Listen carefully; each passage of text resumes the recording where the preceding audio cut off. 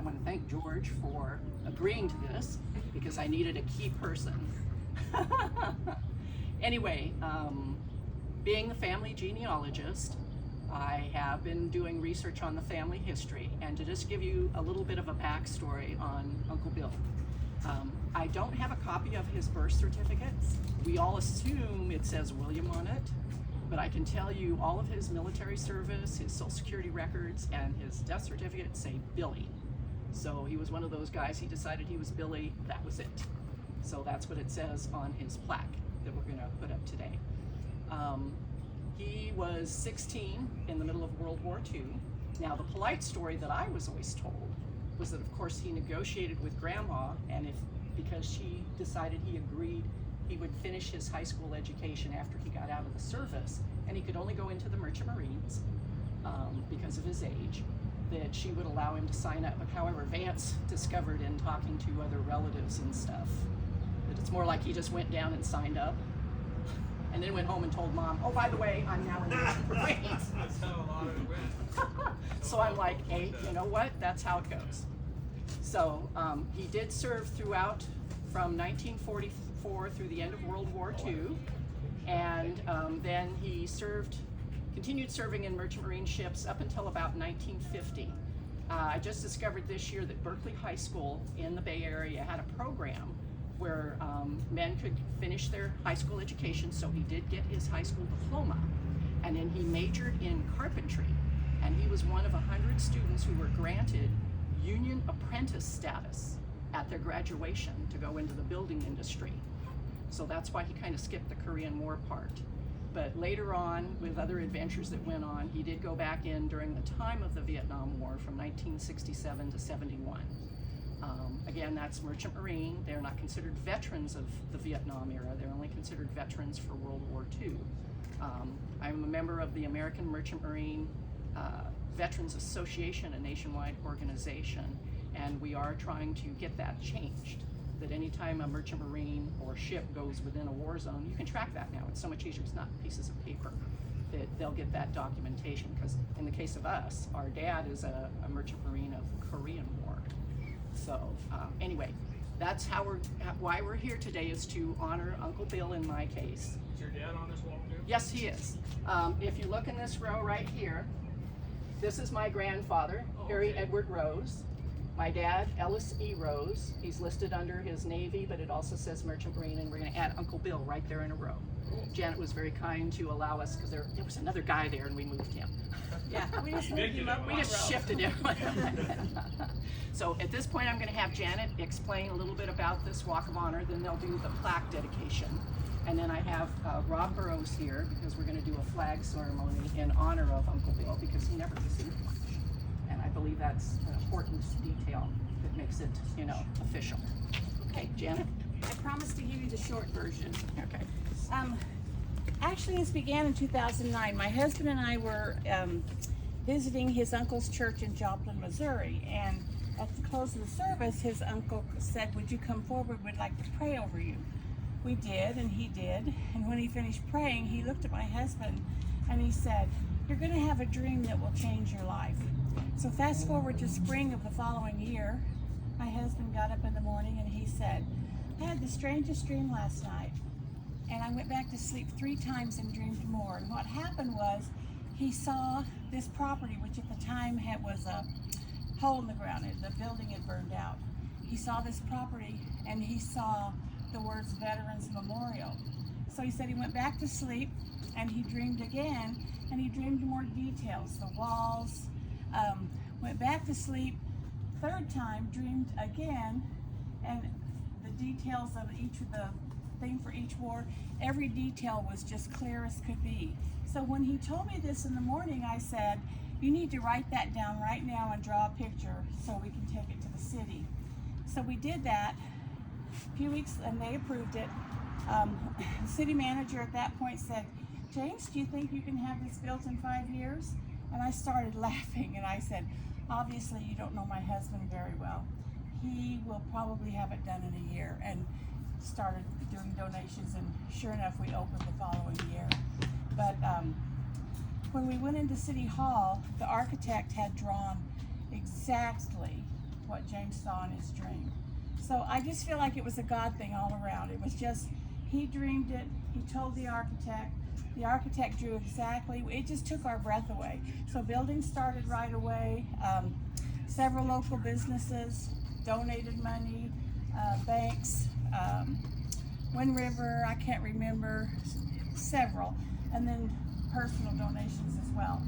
So we were able to actually dedicate and open this the following year, December 18th, 2011, which was my husband's 64th birthday. So you can imagine that was quite a birthday present for him.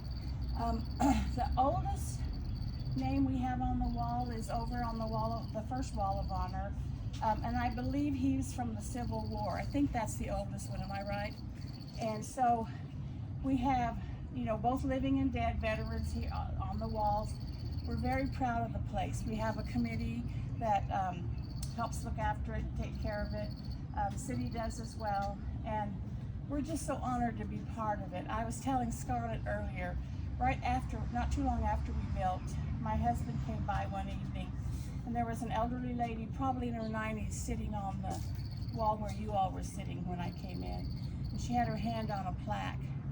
And she just said to my husband is buried in Igo, and I can't drive there, but I can come here and talk to him. So for us, that was like, okay, this is good. And it's grown from there. We have right at 700 names on the wall now, and we're just very proud to be a part of the place and a part of this place, and we're very proud to have you add yet another name. So any questions? But that's kind of the story in a nutshell. My husband passed away almost 2 years ago. Ron was just saying, I'm sure he's looking down and is very proud of what's happening here today. And I thank you for coming, sir. Okay? Okay, can we go ahead and put the plaque in? Oh, sure, you want to see some pictures? Okay. Hi, I'm George Rose. I'm Billy's grandson. I want to thank everyone for coming here. It's incredibly important to me to honor my grandfather. He was a very hard man on the exterior, but he had a very gooey inside. He was very warm and loving, and when he died, there was no funeral. There was no ceremony. It was kind of sad. It means a lot to me to be able to honor my grandfather as a man and for the service that he gave his country. It's even more important to me and more touching to me that he actually is going to have a place next to his father and his brother, who, like all hard men, there's some friction there, right? And so what they weren't able to resolve in life, hopefully in death, then they will find some peace together, as a family should. And it's incredibly moving to me to connect with all this family that we didn't know that we had as a result of some of the friction of our fathers and our grandfathers. And that we can all come together as a family, a true family, and to honor not just my grandfather, but all of these men. It really moves me, and I want to thank you guys again so much for all of this. And to Janet, thank you so much for providing a place where I can honor my grandfather and where my children will be able to honor their grandfather. It's just such a tremendous gift. And I don't have the words to properly express it all, but I don't want to let the moment go without at least acknowledging the gift that you're giving, and the gift that all of you guys are giving by us being able to move past the frictions that our fathers and our grandfathers had, and to reunite as a family and to heal. It really is wonderful. So I don't have much more to say than that, but I just want to express my gratitude to all of you. Thank you so much, and to you, sir.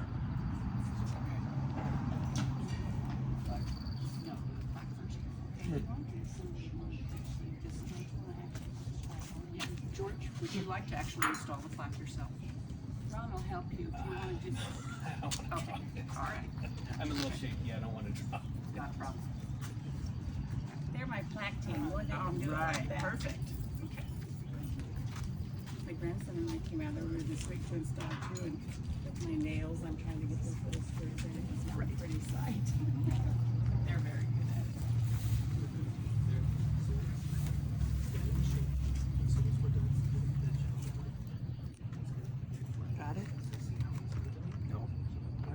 adjust it to read. Do the. You want me to do one side?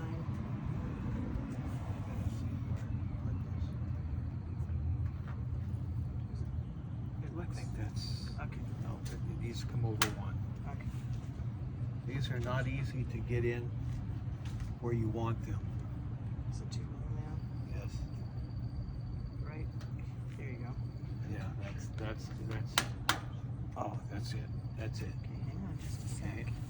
Which one you want to go first? I'm just gonna put them both on and then we'll... Okay, well, I'm gonna hold. Okay, hold one by the post. Okay. By the post. Okay, hang on. You hold them and I'm turning. Okay, your turn.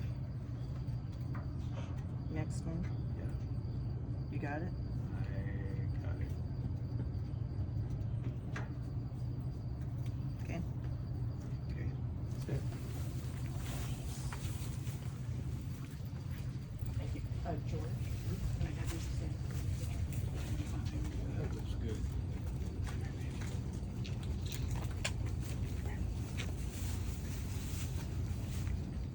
Okay, look up. Okay. For the next part of the ceremony, Rob Burroughs is going to present the flag. And I don't know how you say it, as far as in memory of his service. In honor of his service to George Jr. and William. So if you want to stay right there, I'll just present you right there. Sure.